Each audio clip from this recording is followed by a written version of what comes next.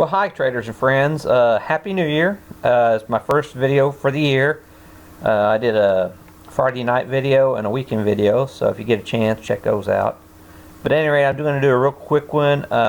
I thought you guys would want to know, these are the stocks on this video that are the most extended going into the first of the year, and likely to be the ones to get a decent pullback.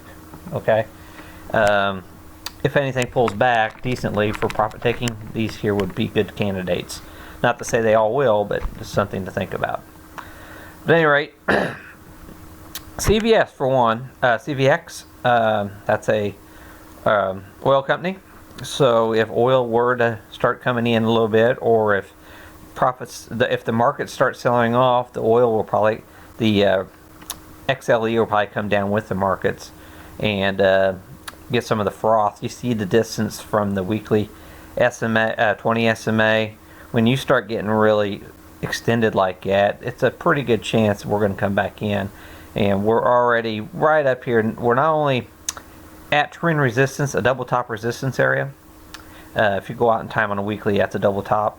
But we're just about, the 20 SMA is crossing at the same point. So this is a really good indication that it's going to drop down some.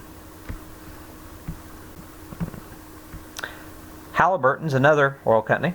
You see here, multiple top. That's the third time on the multiple top here. We're even extended, and all these charts I'm showing right now, we're extended on the monthly charts. So they are very extended. So, and some of them, since we came in last week, some of them aren't showing up on the weekly, my weekly scans now, but they're really showing up on the monthly. So, but we're still above trend on Halliburton. CVX really looks like a better short to me. UAL, that's an airline, and I've been going on and on about how I think the airlines are going to come back in. We have a double top. We tried to break out, and it looks like it's already coming in off of a parabolic move. So I don't know how far it can come in, but down to 65 is logical.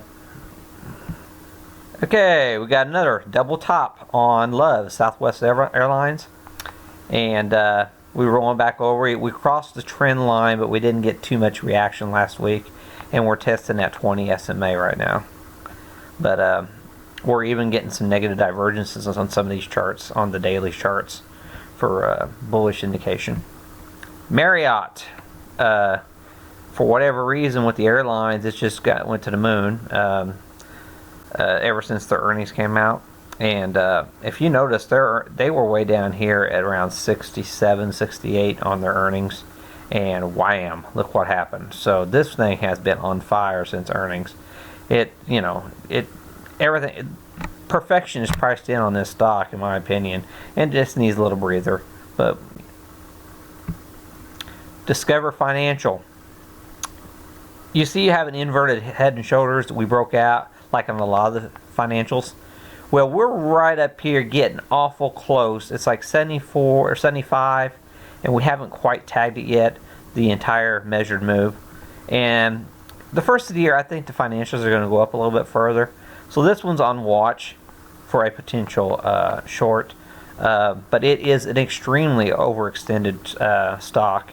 And the Visa and MasterCard look like they're showing some relative weakness. Another one, Norfolk Southern, and there was another one, Kansas City Southern, last week was on the scans, but it's not there now. But at any rate, this thing here, I'm showing the weekly chart. Well, this one, well, I'm showing the monthly on this one. But yeah, you can see it's still above the Bollinger Band on this one here. And on your daily, you're testing that trend line for a potential break. And we have a negative divergence setting up. And then finally, on the ones that are more overextended here, your URI, that's your United Rentals, it went to the moon since its earnings too, and I'm thinking it's setting up. And also on a lot of those charts, if you review the ones I just went through, a lot of them had Bollinger Band squeezes setting up. So that's another thing to really consider yourself about. When you're right here at trend support with the Bollinger Band squeeze, it typically leans to the south side, so keep that in mind. One last chart. Now on the bullish case, Chipotle Grill really got devastated last year with all their news and everything. And the first 3 months of the year typically are pretty darn strong for the restaurants. So I'm eyeing this one here as a potential bottom fishing candidate. It's been holding this support area for a while now.